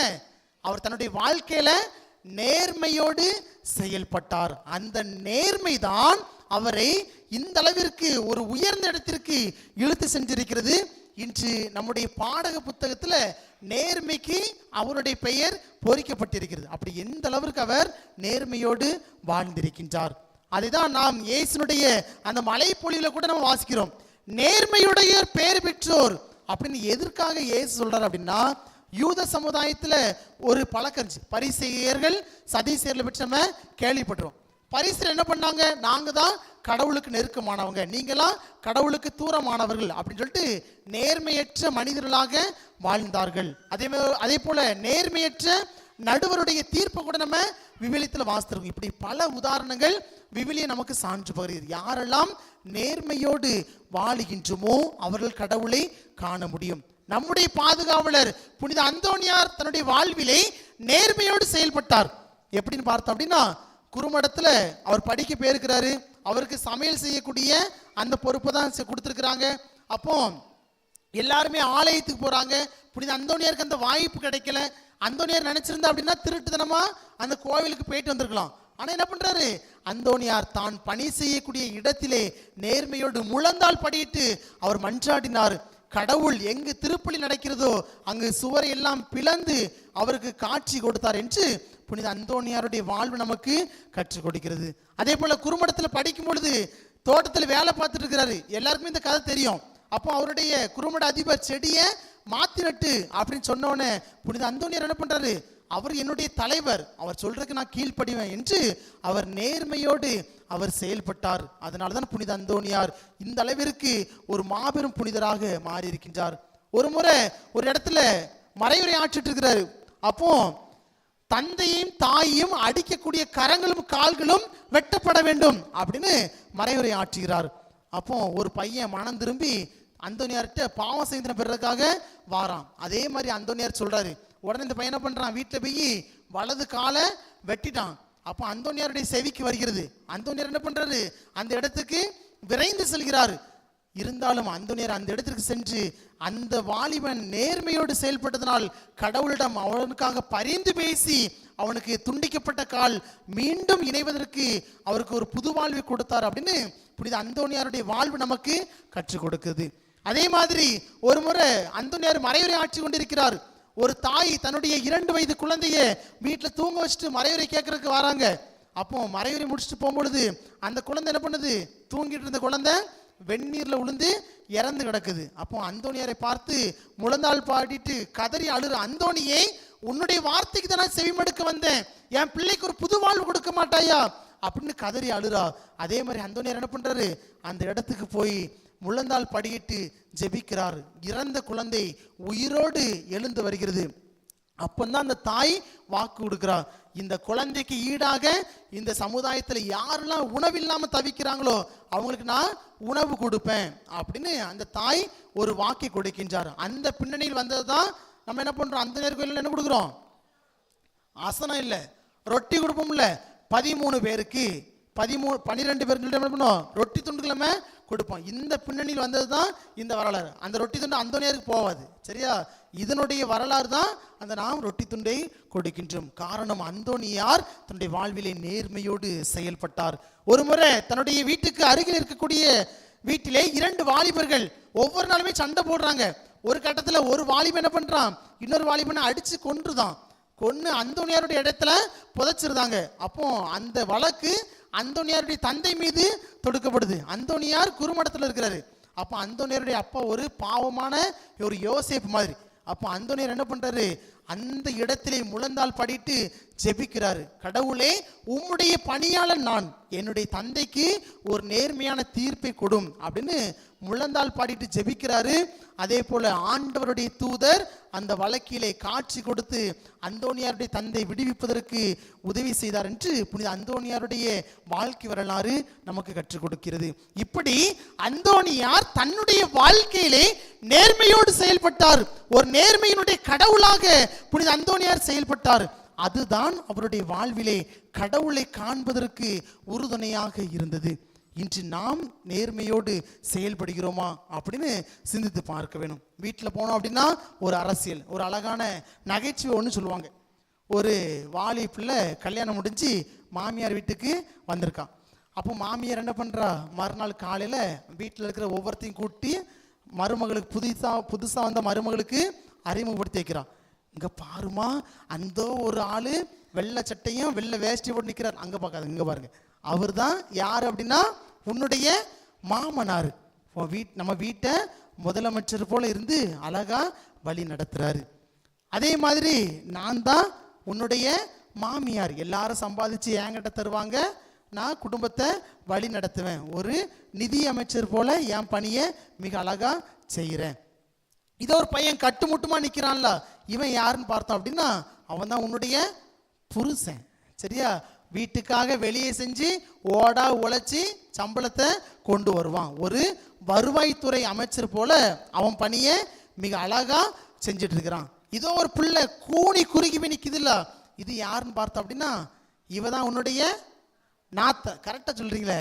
சரியா? இவ தான் உன்னுடைய நாத்தனார். வீட்டில் நடக்கிறது நல்லது கெட்டதெல்லாம் வெளியே போய் சொல்லுவா, வெளியில நடக்கிறது நல்லது கெட்டதெல்லாம் வீட்டில் வந்து சொல்லுவா. ஒரு கொள்கை பரப்பு செயலாளர் போல அவ பணியை மிக அழகா சிறை. நிறைய பேர் சிரிக்கிறத பார்த்து எங்க வீட்டில் உள்ள நாத்தனார்லாம் இப்படிதான் இருக்காங்க ஃபாதர் அப்படின்னு எனக்கு தோணுது. சரியா? உங்க வீட்டு அரசியல வீட்டில் வச்சுடுங்க. அடுத்தது அந்த ஓரமா ஒரு பிள்ளை கருப்பா அப்படியே மூன்று நிக்கல, அது யாருன்னு பார்த்தோம் அப்படின்னா அவதான் நம்ம வீட்டு வேலைக்காரி. இங்க நல்லது நடந்தாலும் சரி கெட்டது நடந்தாலும் சரி டேபிளை தட்டிக்கிட்டே இருப்பா. ஒரு சட்டசபை உறுப்பினர் போல அவ பணியை மிக அழகா செஞ்சிட்டு இருக்கிறா. அதே மாதிரி நீயும் இந்த வீட்டில் புதுசா விளக்கேத்த வந்திருக்கா. எல்லாரும் ஒவ்வொரு பொறுப்பை செய்யறாங்க, நீயும் ஒரு பொறுப்பை எடுத்துக்கமா அப்படின்னு மாமியா மருமகளை பார்த்து சொல்றான். நீங்க எப்படி யோசிக்கிறீங்க? இந்த ஃபாதர் என்ன ஆன்சர் பண்ணுவாரு அப்படின்ட்டு யோசிக்கிற மாதிரி மருமகளும் யோசிக்க. மருமக என்ன பொறுப்பெடுத்திருப்பான்? யார் சொல்றாங்க கரெக்டா? வெரி குட், அவங்க கரெக்டா சொன்னாங்க. சரியா? அவங்க சொன்னது மாதிரியே மருமக என்ன பண்றா? யோசிக்கிறா. யோசிச்சுட்டு அத்தை எல்லாருமே உங்க பொறுப்பை மிக அழகா செஞ்சுட்டு இருக்கிறீங்க, இனி புதுசா எடுக்கிறதுக்கு ஒரு பொறுப்பும் கிடையாது, அதனால எதிர்கட்சி தலைவராகவே நான் இருந்துகிறேன் அப்படின்னு மருமக மாமியாரை பார்த்து கூறியதாக ஒரு நகைச்சுவை கூறுவார்கள். எல்லா வீட்டிலுமே இப்படிதான் இருக்குது. நீ பெரியவளா நான் பெரியவளா நேர்மையோடு செயல்படுவதற்கு நாம் முன் வருவது கிடையாது. ஒரு சில நேரங்கள்ல அழகான வாய்ப்பை கொடுத்திருப்பார் கடவுள். நீங்க தலைவரா இருந்து இந்த அன்பியத்தை பார்த்துடுங்க, நீங்க தலைவியா இருந்து இந்த இயக்கத்தை பார்த்துடுங்க அப்படின்னு சொல்லிட்டு அழகான பொறுப்பை கொடுத்திருப்பார் கடவுள் அந்த நேர் வழியாக. ஆனா நம்ம அங்க என்ன பண்ணுவோம்? நீ என் வீட்டுக்காரி, நீ என் சொந்தக்காரி தானே, இன்னைக்கு முதல் வாசல நீ வாசித்துறேன்னு யார்ட்டையும் சொல்லாத, நான் தான் உனக்கு தந்தன்ட்டு அப்படின்னு நம்ம அங்க செயல்படுவோம். இயக்கங்கள்ல எப்படி பண்ணுவோம்? நீ இன்னைக்கு வரலையா, சரி இருந்துக்க, யாருக்கும் தெரியாம பார்த்துக்க, மற்ற எல்லாருக்கும் நான் ஃபைன் போட்டுருதேன், உனக்கு மட்டும் நான் ஃபைன் போட மாட்டேன், வந்த மாதிரியே நாங்கள் பிரசன்ட் போட்டுருதேன். இப்படி நேர்மையற்ற மனிதர்களாகத்தான் நாம் வாழ்ந்து கொண்டிருக்கின்றோம். இப்படி வாழ்ந்தோம் என்றால் நாம் எப்படி கடவுளை காண முடியும் அப்படின்னு சிந்தித்து பார்க்க வேண்டும். ஆக நேர்மையோடு நாம் வாழுகின்ற பொழுது கடவுளை காண முடியும். மூன்றாவதாக பார்க்கின்ற பொழுது அன்பு செய்வதன் வழியாக நாம் கடவுளை காண முடியும். இன்னைக்கு நம்முடைய சமுதாயத்தில் நாம் அன்போடு வாழுகிறோமா அப்படின்னு சிந்தித்து பார்க்க வேண்டும். ஒரு சில ஆண்டுகளுக்கு முன்னதாக இந்த உலகத்தையே உலுக்கிய ஒரு கொடிய நோய், என்ன நோய்? கொரோனா நோய். சரியா? அப்போ கேரளாவிலே கோட்டயம் அப்படிங்கிற ஒரு பகுதியில் ஒரு உண்மையான நிகழ்வு ஒன்று நடைபெற்றது. அந்த கொரோனா டைம்ல எல்லாருக்குமே தெரியும், ஹாஸ்பிட்டல்லாம் ஃபுல், அப்படிதானே, யாருக்குமே இடம் இல்லாத ஒரு சூழல். அப்போ ஒரு வயதான தம்பதியினர் மருத்துவத்திற்காக அந்த மருத்துவமனைக்கு செல்றாங்க. ஆபிரகாம் என்று பெயர் கொண்ட 82 வயது மதிக்கத்தக்க ஒரு தந்தை, அவருடைய மனைவி செல்வி 75 வயது மதிக்கத்தக்க மனைவி, இந்த 2 பேருமே அந்த மருத்துவமனைக்கு ட்ரீட்மெண்ட்டுக்காக போறாங்க. அப்போ டாக்டர் சொல்றாரு, இனி நீங்க இருந்தா என்ன செத்தா என்ன, சின்ன பிள்ளைங்களுக்கே ஹாஸ்பிட்டலில் இடம் இல்லை, நீங்க இதுக்கு ட்ரீட்மெண்ட் எடுக்க வந்திருக்கீங்களா, தயவுசெய்து வீட்டுக்கு போயிருங்க அப்படின்னு வஞ்சக வார்த்தையை பேசி அனுப்பிவிடுகின்றார். அப்பொழுது அந்த மருத்துவமனையிலே 23 வயது மதிக்கத்தக்க ரோசி, இங்க யாராவது ரோசி இருக்கீங்களா? நல்லது, சரி, நம்ம அப்படி நல்ல பேர்லாம் வைக்க மாட்டோம்ல, அப்படிதானே, இருக்கீங்களா? வெரி குட்டுக்கா. சரியா? இந்த அக்கா இல்ல, அங்க ஒரு ஆள். சரியா? ரோசி அப்படின்னு பெயர் கொண்ட ஒரு செவிலியர், ஒரு நர்ஸு வேலை பார்க்குறாங்க. அவங்க என்ன பண்றாங்க, டாக்டர் இவங்க சொல்றதெல்லாம் அப்படியே பார்த்துக்கிட்டே இருக்கிறாங்க. பார்த்துட்டு வெளியே போய் அந்த வயதான தம்பதியினர்கிட்ட சொல்றாங்க, நீங்க ஒன்றும் கவலைப்படாதங்க, உங்களை என் ரூம்ல வச்சு நான் பார்த்துக்கிறேன் அப்படின்னு சொல்லிட்டு அந்த 2 தம்பதியினரையும் வயதான தம்பதியினரை தன்னுடைய அறைக்கு கூட்டிட்டு வரான். கூட்டிட்டு வந்து 32 நாட்கள் அவங்கள தன்னுடைய தாய் தந்தை போல வச்சு பராமரித்து பாதுகாக்கிறான். 32 நாள் முடியுது, மறுநாள் காலையில் இவங்க ட்ரீட்மெண்ட்லாம் முடிச்சுட்டு வீட்டுக்கு போகணும். அப்போ முந்தின நாள் நைட்டு அந்த பிள்ளையினுடைய கரத்தை பிடிச்சி இவங்க 2 பேருமே அழுறாங்க. உண்மையிலே வயிற்றுல பிறந்த பிள்ளை கூட இப்படி பார்க்காது, நீ யாருன்னே எனக்கு தெரியாது, ஆனால் நீ என்னை ஒரு பிள்ளை போல பார்த்துருக்கா, உன் வாழ்க்கை நல்லா இருக்கணும் அப்படின்னு சொல்லிட்டு மறுநாள் இவங்க 2 பேருமே ட்ரீட்மெண்ட் முடிச்சுட்டு வீட்டுக்கு போயிட்டாங்க. அப்போ ரோசியை மருத்துவ பரிசோதனை செய்யணும் அப்படின்னு ஆய்வு கூடத்துக்கு வர சொல்கிறாங்க. அதேமாதிரி ரோசி போகிறா. ரோசியை பரிசோதனை பண்ணி பார்க்கும் பொழுது ரோசி உடல் முழுவதுமே கொரோனா நோயால் பாதிக்கப்பட்டிருக்கின்றாள். 3 நாட்கள் இருக்கின்றால் 4வது நாள் உயிரை விடுகின்றார்.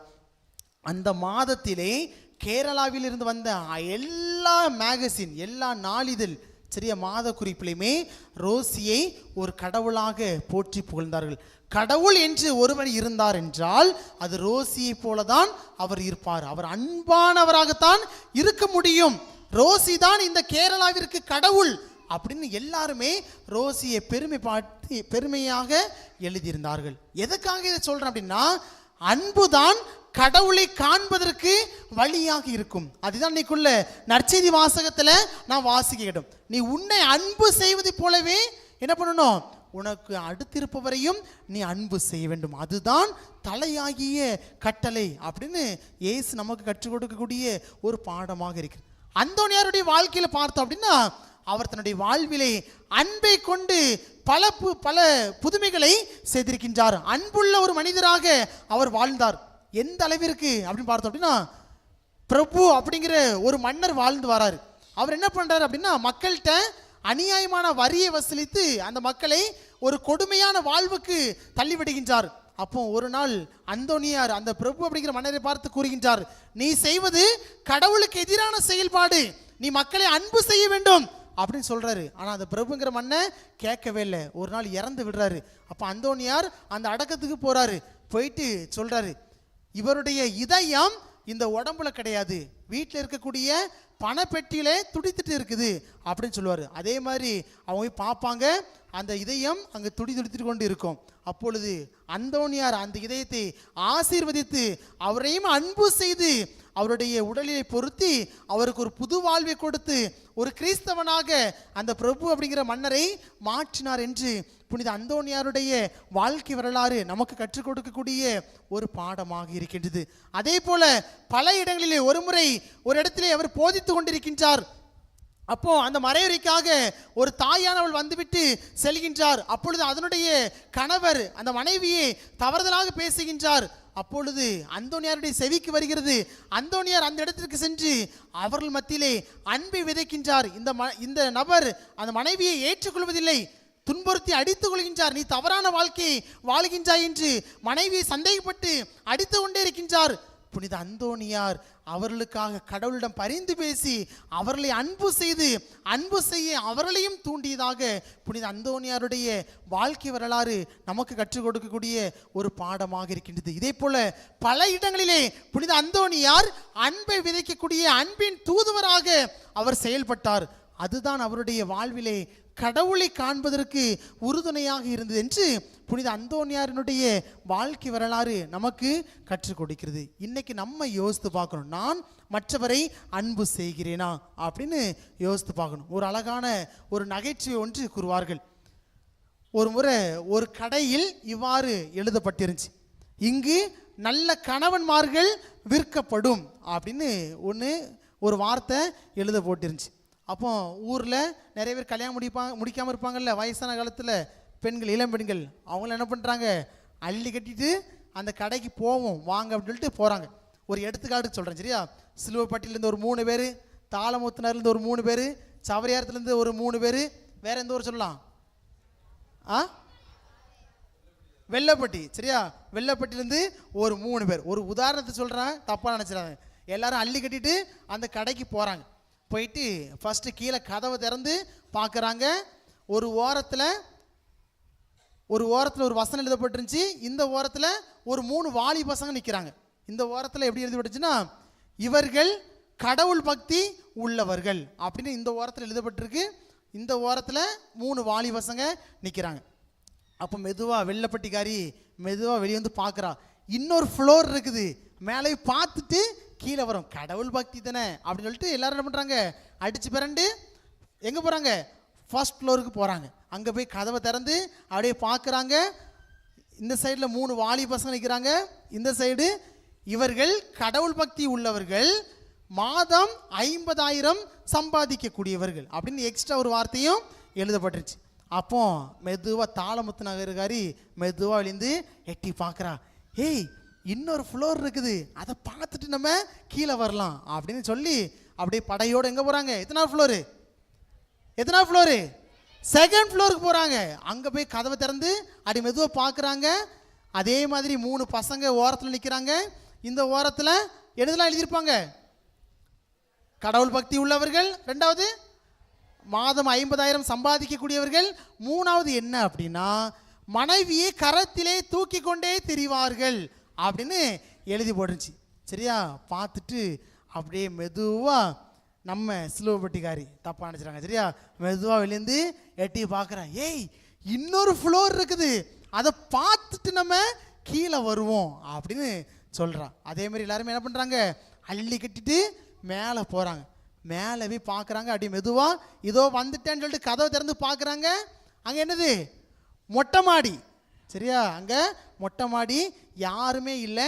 சைடில் ஒரு வசனம் எழுத போட்டுச்சு, வந்தவர்கள் யாரும் வந்த பாதையில் திரும்பி செல்லக்கூடாது, பின்னால் பாதை இருக்கிறது, இறங்கி வீட்டிற்கு செல்லவும் அப்படின்னு எழுத போட்டுருந்துச்சு. அப்போ எல்லாரையும் பார்த்து ஏமாந்துட்டு போயிட்டாங்க. ஐயோ, கிடைச்ச வாய்ப்பை நம்ம அன்போடு ஏற்றி கொண்டிருந்தோம் அப்படின்னா நல்ல வாழ்க்கை பெற்றிருக்கலாமே அப்படின்னு. அன்பு மக்களே, நம்முடைய குடும்பங்களை பார்த்தோம் அப்படின்னா நாம் மற்றவரை அன்பு செய்வது கிடையாது. கணவன் மனைவியை அன்பு செய்வது கிடையாது. எனக்கு ஷாஜகான் போல மாப்பிள்ளை இல்லையே, எனக்கு ஐஸ்வர்யா மாதிரி மனைவி கிடைக்கலையே என்று ஏக்கத்தோட நாம் வாழ்ந்து நம்முடைய வாழ்நாட்களை கழித்து விடுகின்றோம். நாம் கணவன் மனைவியை, மனைவி கணவனை முழுமையாக அன்பு செய்ய வேண்டும்.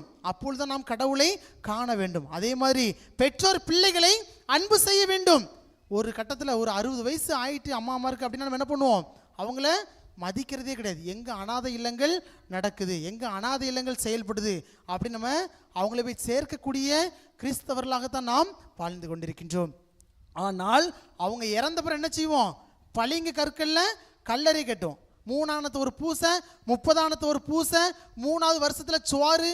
அவங்க இருக்கும் பொழுது அவங்களுக்கு நம்ம சோறு போட மாட்டோம். ஆனால் அவங்க இறந்த பிறகு காடு அடித்து அதேமாரி அவங்களுக்கு சாப்பாடு போட்டு அந்த விழாவை நம்ம கிராண்டாக கொண்டாடக்கூடிய கிறிஸ்தவர்களாகத்தான் நாம் வாழ்ந்து கொண்டிருக்கிறோம். அன்பான மக்களே, பெற்றோரை அன்பு செய்யாதவன், தாய் தந்தையை அன்பு செய்யாதவன் ஒரு நாளுமே கடவுளுடைய ஆசீர்வாதத்தை பெற முடியாது. அதை தான் இன்னைக்கு நாம் நம்முடைய அந்தோனியாரிடமிருந்து கற்றுக்கொள்ள வேண்டும். அன்பின் வழியாக கடவுளை கண்டவர் தான் புனித அந்தோனியார். எனவே அன்பு மக்கள், இன்றைய நாளிலே நாம் சிந்தித்து பார்ப்போம். கடவுளை கண்ட அந்தோனியார் என்று நாம் சிந்தித்துக் கொண்டிருக்கின்றோம். புனித அந்தோனியாருடைய வாழ்விலே இந்த 3 பண்புகள் முத்தாக விளங்கியது. முதல் பண்பு என்ன பண்பு? கோவிலுக்கு வெளியே உள்ளவங்க சொல்லுங்க. எளிமை. Very good. எளிமையோடு புனித அந்தோனியார் வாழ்ந்தார். அது அவர் கடவுளை பார்ப்பதற்கு வழியாக இருந்தது. இந்த வாசலுக்கு அங்கிட்டு உள்ளவங்க சொல்லுங்க. 2வது பண்பு என்ன பண்பு? நேர்மையோடு அவர் வாழ்ந்தார். அதுதான் கடவுளை காண்பதற்கு அவருக்கு உறுதுணையாக இருந்தது. 3வது பண்பு அன்பு செய்தார். அந்த அன்பு தான் ஆண்டவரை காண்பதற்கு புனித அந்தோனியாருக்கு வழியாக இருந்தது. எனவே அன்பு மக்களே, நாம் சிந்திப்போம். நாம் அனைவருமே கடவுளை காண்பதற்காக இந்த ஆலயத்திற்கு வந்திருக்கின்றோம். அந்தோனியாரிடம் விளங்கிய அந்த 3 பண்புகளை நம்முடைய வாழ்விலும் படிநிலைகளாக வைத்து நாம் நம்முடைய வாழ்வை ஆரம்பிப்போம். அப்பொழுது நாமும் ஒரு நாள் கடவுளை காண்போம். அதற்கு புனித அந்தோனியாருடைய பரிந்துரை இருக்கும். அதற்கான வரவேண்டிய இந்த வழிபாட்டிலே தொடர்ந்து மன்றாடுவோம். ஆமென்.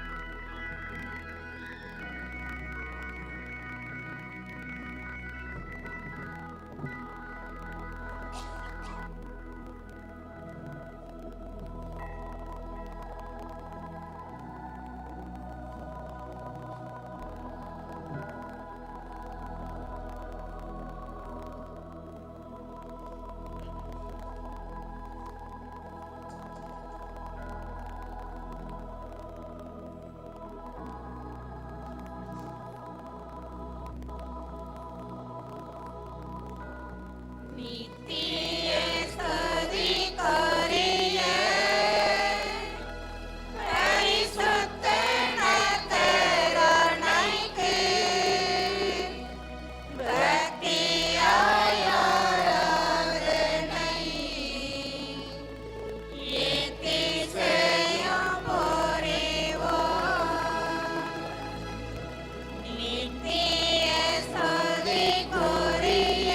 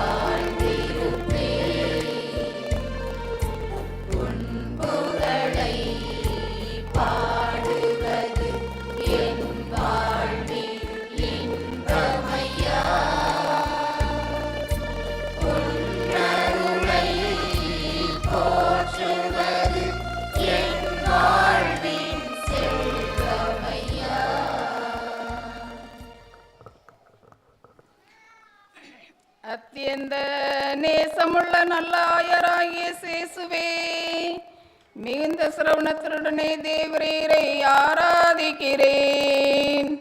உம்முடைய கட்டளைகளுக்கு விரோதமாய் நினைக்கப்பட்ட பழிக்கான கருத்துகளுக்கும் மனதிற்கொண்ட பொறாமைக்கும் பரிகாரமாக வேத சாட்சிகளின் பொறுமையும் அவர்கள் தங்களை வாதிக்கிறவர்களுக்காக செய்த மன்றாட்டுகளையும் தேவரீருக்கு ஒப்பு கொடுக்கிறேன் சுவாமி. நித்திய சுதிக்குரிய பரிசுத்த பரமதிவ்ய நற்கருணைக்கு சதா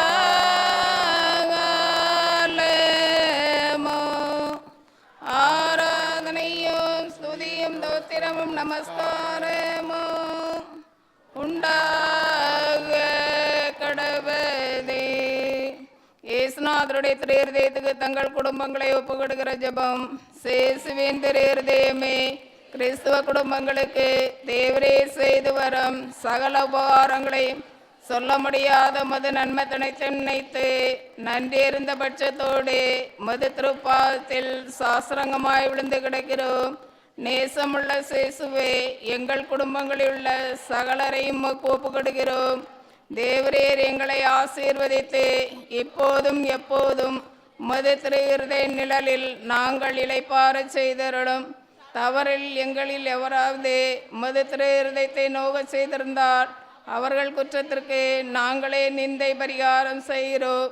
மது திரு இருதயத்தை பார்த்து எங்கள் பரிகாரத்தை ஏற்றுக்கொண்டு அவர்களுக்கு கிருபை செய்தருளும். இதுவுமின்றி உலகத்தில் இருக்கும் சகல குடும்பங்களுக்காகவும் உம்மை மன்றாடுகிறோம். பலவீனர்களுக்கு பலமும், விருத்தாப்பியருக்கு ஊன்றுகோலும், விதவைகளுக்கு ஆதரவும், அனாதை பிள்ளைகளுக்கு தஞ்சவுமாயிருக்க தயை பயமாட்டில் தேவரீர் தாமே விழித்து காத்திருப்பீராக. இயேசு திரு இருதயமே, சிறு பிள்ளைகளை நீர் எவ்வளவு பட்சத்தோடு நேசித்தீரே, இந்த விசாரணையுள்ள சகல பிள்ளைகளையும் உமக்கு ஒப்பு கொடுக்கிறோம். அவர்களை ஆசீர்வதியும். அவருடைய இருதயத்தில் விசுவாசத்தையும் தெய்வ பயத்தையும் வளரச் செய்யும்.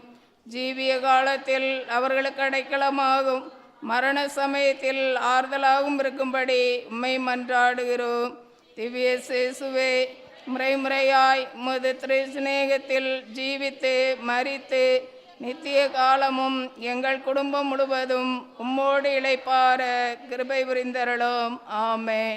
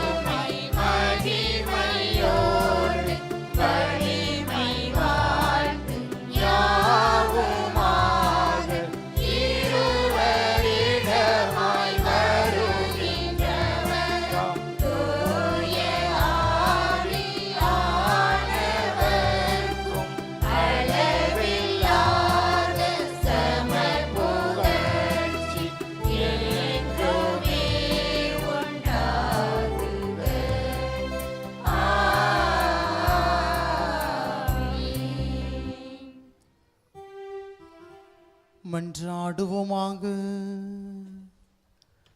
இறைவா, இந்த வியப்புக்குரிய திருவருள் சாதனத்திலே உம்முடைய திருப்பாடுகளின் நினைவை எங்களுக்கு விட்டு சென்றி உமது திருவுடல் திரு ரத்தம் இவற்றின் மறைபொருளை வணங்கும் நாங்கள் உமது மீட்பின் பலனை இடைவிடாமல் அனுபவிக்க அருள்வீராக.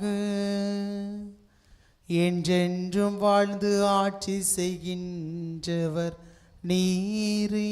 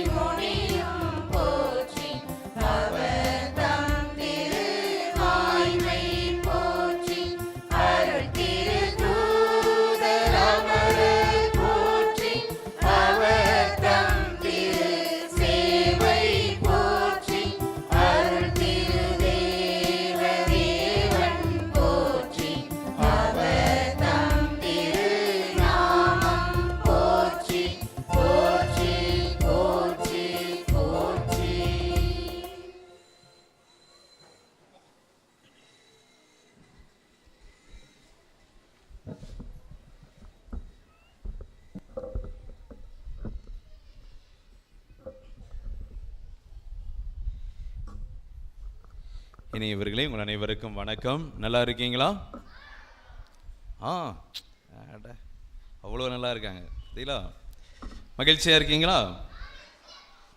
மறுபடியும் சத்தம் மைக்கு வேண்டாம்னு நினைக்கிறேன் அந்த வயலுக்கு. என்ன, வெரி குட். அந்த அளவுக்கு நீங்கள் எல்லோரும் உற்சாகமாக மறைவுரையின் கேட்டது பின்பு இருக்கிறீர்கள் என்று உங்களுடைய முகத்தில் அந்த சிரித்த புன்னகையை பார்க்கும்போது மிக நன்றாக தெரிகிறது. எனவே வாழ்த்துக்கள், பாராட்டுகள் உங்கள் அனைவருக்கும். நம்முடைய பாதுகாவலருடைய 7ஆம் திருவிழாவும் புனித செபஸ்தியார் திருவிழா நல்வாழ்த்துக்களையும் அன்போடு தெரிவித்துக் கொள்கிறேன்.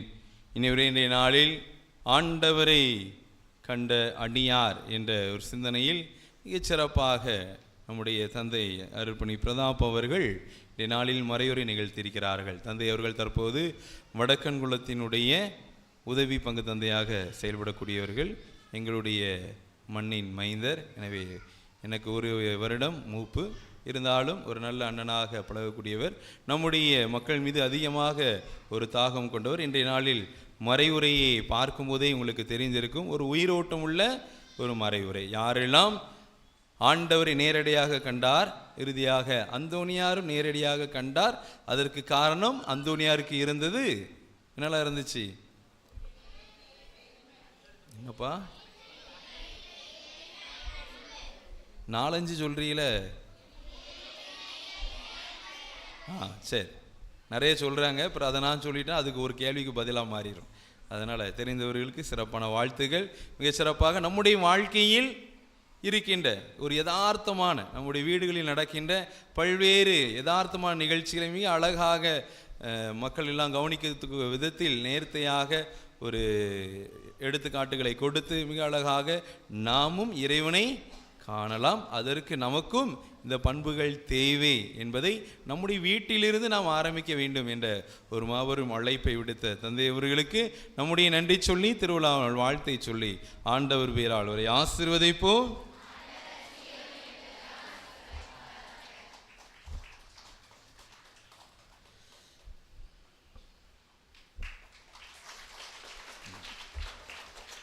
நன்றி தந்தையே. இனிவரே இன்றைய நாளில் மிகச் சிறப்பாக இன்றைய நாள் முழுவதும் சிந்தித்திருப்பவர்கள், சிறப்பித்திருப்பவர்கள் தூய அமலோற்ப மாதா சபை மற்றும் திருக்குடும்ப சபை. வந்த பின்பு பார்த்தேன், திருக்குடும்ப சபை திருவாளாவோ அப்படின்னு கொஞ்சம் குழம்பக்கூடிய அளவுக்கு அந்த ஒரே நிற உடையை அணிந்து அனைத்து விதமான நாடாக்களை போட்டு மிக அழகாக ஆர்வமோடு காலை திருப்பலியில் கலந்து கொண்டதை காட்டிலும் கூடுதலாக ரெட்டிப்பாக அதிக உற்சாகத்தோடு இந்த வழிபாட்டில் கலந்திருக்கிறீர்கள். ஒரே ரோஸ் கலர் நாடாவாக தெரியுது. இந்த ப்ளூ கலர் நாடா எங்கேயாவது தெரியுமான்னு தேடி பார்க்குறேன், காணும். சரி, மேடையில் பார்ப்போம் அவர்களை.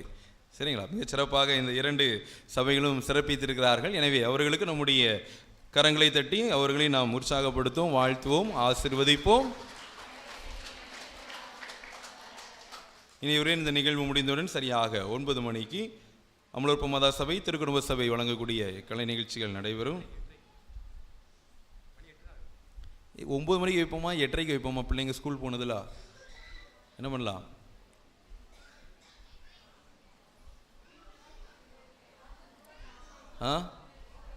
அதாவது ஒரு தெரு ப்ரோக்ராமே 2 மணி நேரம் எடுக்கிய, இது ஊருக்கு கூடி ப்ரோக்ராம் நடத்துறிய. எப்போவும் எப்படி விடுவீன்னு தெரியலையே, விடிஞ்சிரும் நினைக்கிறேன். எப்படி 8:30க்கு வைப்போமா? உங்களுக்கு வேண்டாம், எனக்கு வேண்டாம். 8:45க்கு நிகழ்ச்சி நிரல் வாசித்தாகி விடணும். சரிங்களா? 8:45. சரிங்களா? மகிழ்ச்சி. நாளைய நாளுக்கான நிகழ்வு, நாளை நம்முடைய திருவிழாவினுடைய 8ஆம் நாள். நாளைய நாளுக்கான சிந்தனை, இயேசுவோடு வாழ்பவர் புனித அந்தோனியார். காலை 6 மணிக்கு ஜெபமாலையும் 6:30 மணிக்கு நவநாள் திருப்பலி நடைபெறும். அதை தலைமையை மறைவுரை வழங்குவார்கள் அருப்பணி சேஸ்ராஜ், உதவி பங்கு தந்தை லயன் ஸ்டோன். மதியம் 12 மணிக்கு அருளிக்கத்திற்கு முன்பாக ஜெபமாலையும் அந்தோனியார் ஜெபமும் நடைபெறும். மாலை 6:30 மணிக்கு ஜெபமாலை, மன்றாட்டு மாலை, மறையுரை, நற்கருணை ஆசை. அதை தலைமையேற்று மறையுரை வழங்குவார்கள் அருப்பணி விஜயன் அவர்கள், தாளாளர் தந்தை புனித ஜோசப் மெட்ரிக் மேல்நிலை பள்ளி மங்களகிரி. நாளை நாளுக்கான அனைத்து நிகழ்வையும் சிறப்பிப்பவர்கள் புனித அந்தோனியார் உயர்நிலைப்பள்ளி ஆசிரியர்கள் மற்றும் மாணவ கண்மணிகள். இரவு 9 மணிக்கு அவர்களுடைய ஆண்டு விழாவும் நடைபெறும். இனியவர்களே, இன்றைய நாளில்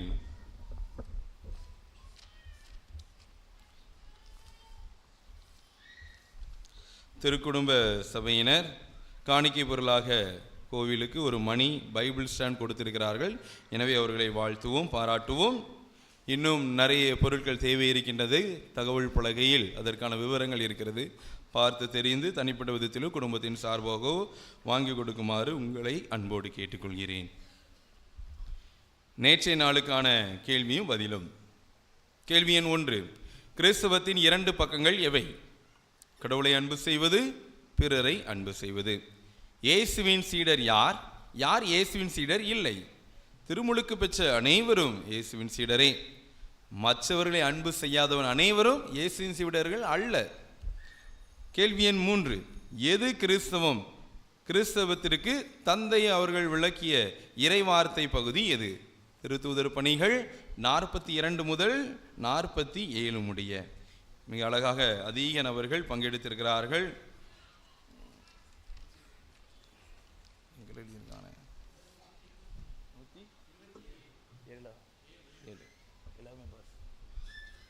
127 பேர் மிகச்சிறப்பாக பங்கெடுத்திருக்கிறார்கள். வாழ்த்துக்கள், பாராட்டுகள்.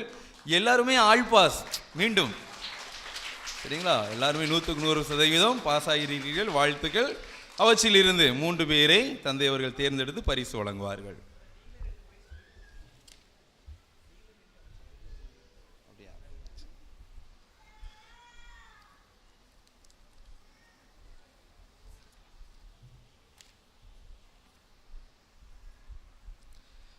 ஆர் மரியப்பெவின் வேளாங்கண்ணி அன்பியம் இருக்காப்லையா? இல்லை என்றால் டப்பா வேற ஆளுக்கு போயிடும். அடுத்த எண் பி வசந்த் பார்வரம்மாள் அன்பியம்.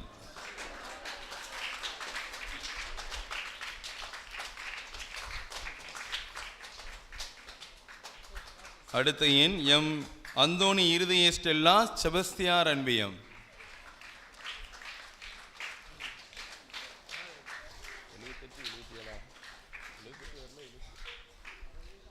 அந்த முதல் நபர் 1, அழைப்பு எண் 2, அழைப்பு எண் 3. தப்பா வேற ஆளுக்கு வராங்களா? இங்க நிக்காப்ல ஆள் வரணும்ல, ஆள் வரணும். மரியப்பெவின் வேளாங்கண்ணி அன்பியம். அழைப்பு 1, அழைப்பு 2, அழைப்பு 3. வந்துட்டானா? அடுத்த சீட்டு எடுத்தாச்சு. வராப்லையா? வா.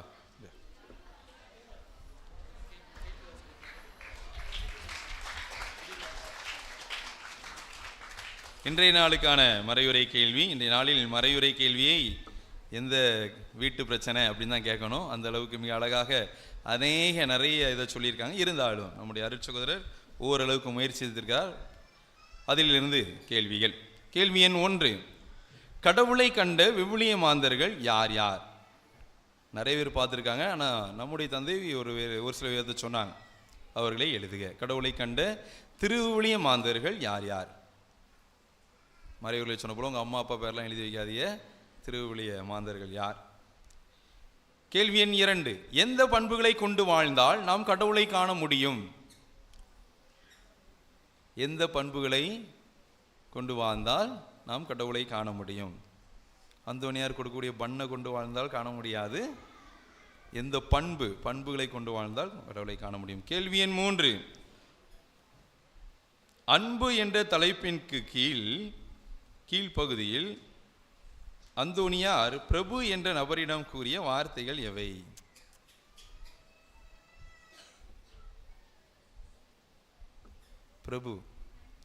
பிரபுட்ட அந்தோனியார் என்ன கூறினார்?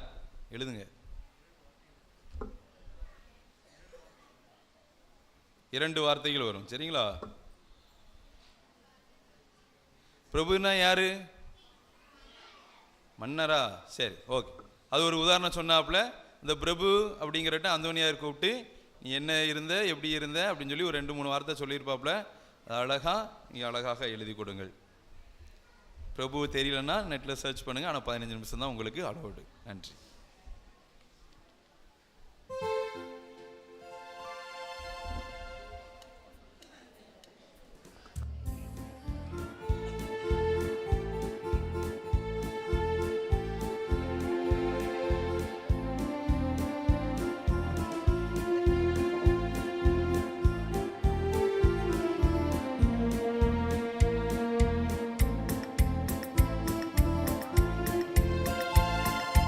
ஓ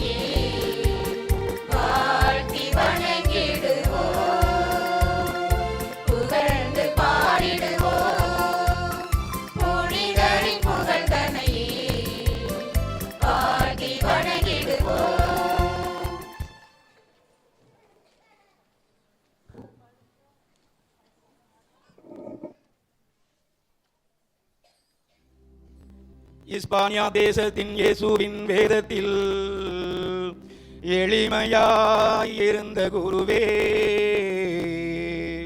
அற்ப பாவம் ஒன்றையும் ஆகாது என்று நீர் அருந்தபசி செய்த குருவே,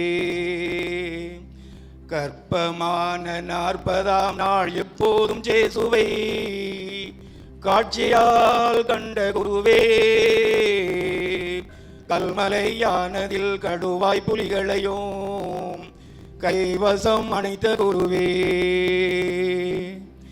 வல்லதொரு கடல்தனில் வாழ்கின்ற மீனரை வாவென்றழைத்த குருவே, நில்லென்று சொல்லியே நீ சொன்ன புத்தியை நின்றது கேட்கவில்லையா? உன் ஆலயம் மீதினில் வேலை செய்த தச்சனை அந்தரம் நிறுத்தவில்லையா? ஆசீர்வதித்து நீர் கீழே இறக்கவும் இப்புவியோர் அறியவில்லையா? சப்பானி நொண்டிகள் தன்னால் நடக்கவும் தஞ்சமருள் புரியவில்லையா? தந்தைகளை தான் மீட்க 500 காத வழி சடுதியில் வரவும் இல்லையா? கருணை சரி தந்தை அந்தோணியனு நேசனே, கமல திலங்கும் அரசே,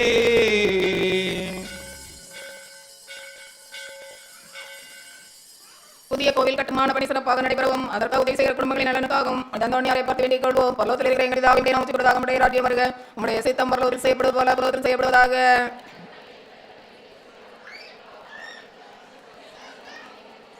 அருள் நிறைந்த மரியாயே வாழ்க, கர்த்தருடனே பெண்கள் ஆசீர்வதிக்கப்பட்டவள் நீரே, உம்முடைய திருவயிற்றின் கனியாகிய இயேசுவும் ஆசீர்வதிக்கப்பட்டவரே. பிதாவுக்கு சுதனுக்கு மர்த்த தாவிக்கு மகிமை உண்டாவதாக. உத்திரகேசலத்தில் இருக்கிற ஆத்மங்களுக்கு ஆறுதலாக வேண்டிக் கொள்வோம். பரலோகத்தில் இருக்கிற எங்கள் பிதாவே, உம்முடைய நாமம் உச்சரிக்கப்படுவதாக, உம்முடைய ராஜ்யம் வருக, உம்முடைய சித்தம் பரலோகத்தில் செய்யப்படுவது போல பூலோகத்திலும் செய்யப்படுவதாக.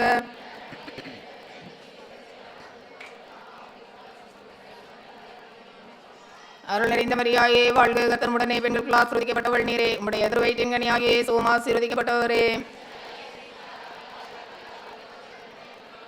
பிதாவுக்கு சுதனுக்கும் பரிசுத்த ஆவிக்கு மகிமை உண்டாவதாக. நித்திய சுதிக்குரிய பரிசுத்த பரமதிவ்ய நற்கருணைக்கு சதாகாலமோ ஆராதனையும் ஸ்துதியும் தோத்திரமும் நமஸ்காரமும் உண்டாக கடவதே. அச்சிஷ்ட சிலுவை அடையாளத்தினாலே எங்கள் சத்துருக்களிடமிருந்து எங்களை ரட்சித்துக் கொள்ளும். எங்கள் சர்வேஸ்வரா பிதா சுதன் பரிசுத்த ஆவியின் பெயராலே ஆமென்.